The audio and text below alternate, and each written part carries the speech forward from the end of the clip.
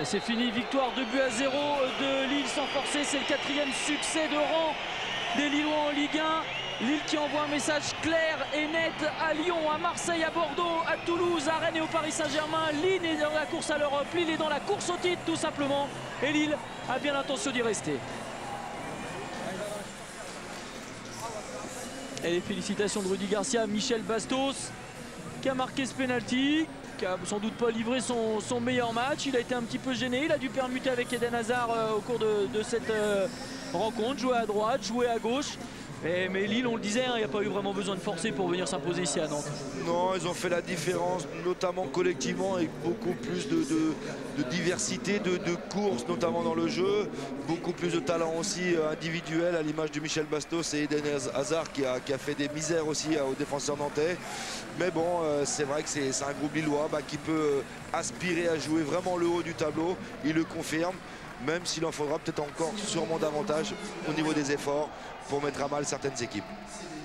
En revanche, c'est le 8e match sans succès pour l'équipe de Nantes qui ne s'est plus imposée en Ligue 1 depuis le 31 janvier. C'est dur, c'est compliqué pour les Nantais, remontés en Ligue 1 la saison passée. Et qui sont là en grande difficulté.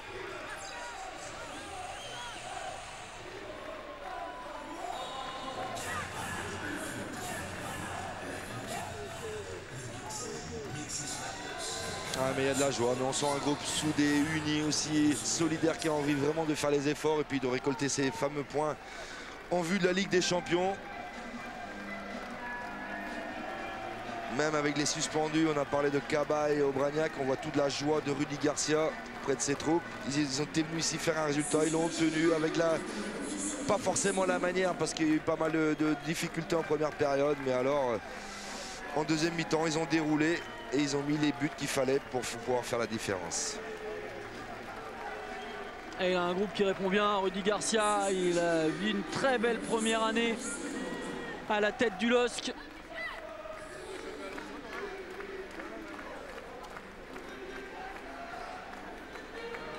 Et on devrait retrouver un Lillois avec Yannick Le Saux, le premier buteur, celui qui totalise 13 buts ce soir dans le championnat de France, Michel Bastos. Avec Michel Bastos, un match très sérieux de la part de Lille, c'est comme ça toute la saison. Je pense qu'on avait parlé pendant ces 15 jours où on n'a pas eu de match. On s'est dit qu'il y avait 9 matchs. Ici, 9 matchs, il faut se donner à fond, il faut se défoncer. C'est ce qu'on a fait ce soir. On savait que Nantes devait vraiment gagner cette match pour s'en sortir d'une situation difficile. Mais bon, nous on cherche aussi le podium, c'est ce qu'on voulait le faire. On a réussi une victoire. On est heureux ce soir de sortir d'ici avec le 3 points. Ouais, en parlant du podium, c'est un signe fort que vous lancez aux équipes qui sont au tableau, comme vous. Vous allez montrer que vous êtes là jusqu'à la fin de saison. Je pense qu'aujourd'hui on a un objectif. Il ne faut pas lâcher.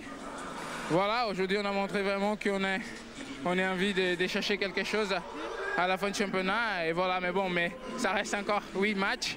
Il faut continuer comme ça pour voir la fin où on peut y aller. Merci. Savoir, en tout cas ils peuvent aller haut les Lillois. Ils recevront le Paris Saint-Germain, ce sera dimanche prochain. Notez cet horaire particulier, 18h45, ce sera sur Foot Plus et dans le Canal Football Club. Jérôme Alonso, voilà, lui il sera en difficulté évidemment. Évidemment, Jérôme Alonso très déçu ce soir par le résultat, mais j'ai envie de dire il n'y avait pas photo ce soir par rapport à Lille. Alors vous savez, c'est assez difficile de vous parler ce soir, à chaud comme ça. C'est vrai que Lille nous était supérieur ce soir, mais en même temps, si on veut se sauver, il va nous falloir battre des équipes supérieures. Avec ce qu'on aura en plus, le cœur, la volonté, l'envie, beaucoup de choses qui malheureusement nous ont fait défaut ce soir. Mais pour autant, il faut rester très optimiste. Moi, je le suis en tout cas. J'ai confiance en cette équipe et en ces gamins que je vois bosser tous les jours. Et évidemment, c'est très dur ce soir. La déception est immense. L'échéance se rapproche. On sait qu'il manque encore 10 points. Ça va être très dur, mais encore une fois, il faut rester serein avec beaucoup de dignité et beaucoup d'envie encore. Et moi, je crois que le FC Nantes peut encore s'en sortir. Mais c'est certain qu'il faudra montrer un petit peu plus que ce soir. Par rapport à l'entraînement dans la semaine, vous voyez l'envie vous les appelez les gamins, et par rapport au match de ce soir, il y a une différence, ça vient aussi du public qui ne sont pas aidés, hein, ces jeunes ici. Hein. Oui, on va pas vous dire le contraire, je ne suis pas dans leur tête, mais je suis bien certain que quand au bout d'une demi-heure, qui n'est pas la plus mauvaise du match, la première, et qu'on entend déjà mouiller le maillot, c'est vrai que moi je suis plus habitué peut-être, mais c'est vrai que les jeunes, ils ont besoin peut-être d'autre chose. C'est difficile parce que le public n'est pas content. Nous, on attend autre chose. La communion est difficile en ce moment, mais pour autant, je crois qu'il faut qu'on reste soudés. Les joueurs entre nous, ça se passe très bien. C'est vrai que si on pouvait retrouver un peu cette communion avec ce sublime stade en plus, ça serait vraiment dommage que cette équipe quitte la Ligue 1. En tout cas, moi, je vais tout faire pour qu'elle y reste. Merci, bonne chance. C'est dur, hein, c'est difficile pour Jérôme Alonso, pour les Nantais. Ils ont besoin, et il a raison de le rappeler, ils ont besoin de leur public, même si on peut aussi comprendre que le public souffre aussi ce soir et ces dernières semaines pour son équipe.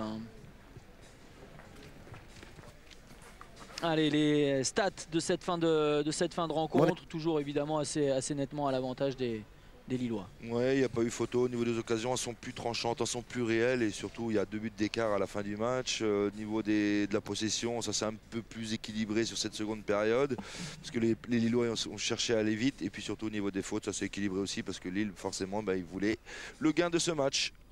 Allez, on va revoir les 2 buts de cette partie. Le premier inscrit sur penalty par Michel Bastos. On va revoir la faute sur Eden Hazard. C'était dans les arrêts de jeu, dans le temps additionnel de la première mi-temps. Ouais, mais là il y a une erreur de marquage déjà au départ sur ce long ballon d'Adil Rami. Eden Hazard, le talent intérieur-extérieur pour fixer Jean-Jacques Pierre. Le pied du défenseur traîne, et puis là la lucidité, l'efficacité, le talent. Il ouvre son pied, Michel Bastos. Et il inscrit son 13e but de la saison. Et puis aussi Robert Vitek. Ouais, Robert Vitek, un geste de grande classe aussi, mais c'est dû au gros travail de Florent Balmont qui a décalé Franck Beria intelligemment, sans petit centre en retrait, fin de frappe, et derrière le but de l'attaquant lillois. Les résultats de cette 30e journée. Bordeaux s'est imposé 1-0 face à Nancy. Victoire de Lorient 3-1 à Grenoble. Victoire 3-1 aussi de Lyon au Mans. Une des surprises de la soirée, c'est le succès du Havre à Monaco, 1-0. Victoire 2-0 de Valenciennes face à Auxerre. Ce soir, Caen accueille Toulouse. C'est à vivre dans Jour de foot et à partir de minuit sur Foot+. Demain, Paris Saint-Germain, Nice, Sochaux-Rennes, ce sera à 17 h sur Foot+, et ce sera dans le Canal Football Club avant Saint-Étienne, Marseille. L'Olympique Lyonnais compte 3 points d'avance sur Bordeaux, 4 sur Marseille qui joue demain. Lille est 4e pour le moment. Toulouse rétrograde à la 5e place. Le Paris Saint-Germain joue demain également, tout comme Rennes et Nice aussi. Évidemment, il va se passer encore beaucoup de choses dans cette 30e journée de championnat. Lorient a fait une très bonne affaire, qui se rapproche de ce qu'on appelle les 42 points nécessaires au maintien. Valenciennes remonte également de belle manière et compte désormais 7 points sur le premier relégable, à savoir Saint-Étienne, qui joue également demain. Et puis Caen va jouer ce soir face à l'équipe de Toulouse. Le Havre a passé la barre des 20 points. Alors que Ludovic Butel s'amuse avec les caméras. Pas de télé dans le vestiaire lillois, mais Hervé Berthelot aussi va faire entrer. Et puis c'est pas cher, elle a la place surtout. Non, il va faire entrer. Et on va quitter ces Lillois. Remercier toutes les équipes techniques qui jouaient, non, les Lillois jouaient ce soir, les équipes techniques aidaient Hervé Berthelot à la réalisation. Excellente soirée à tous. Et à la semaine prochaine pour la 31e journée du feuilleton Ligue 1 sur les antennes du groupe Canal. Salut.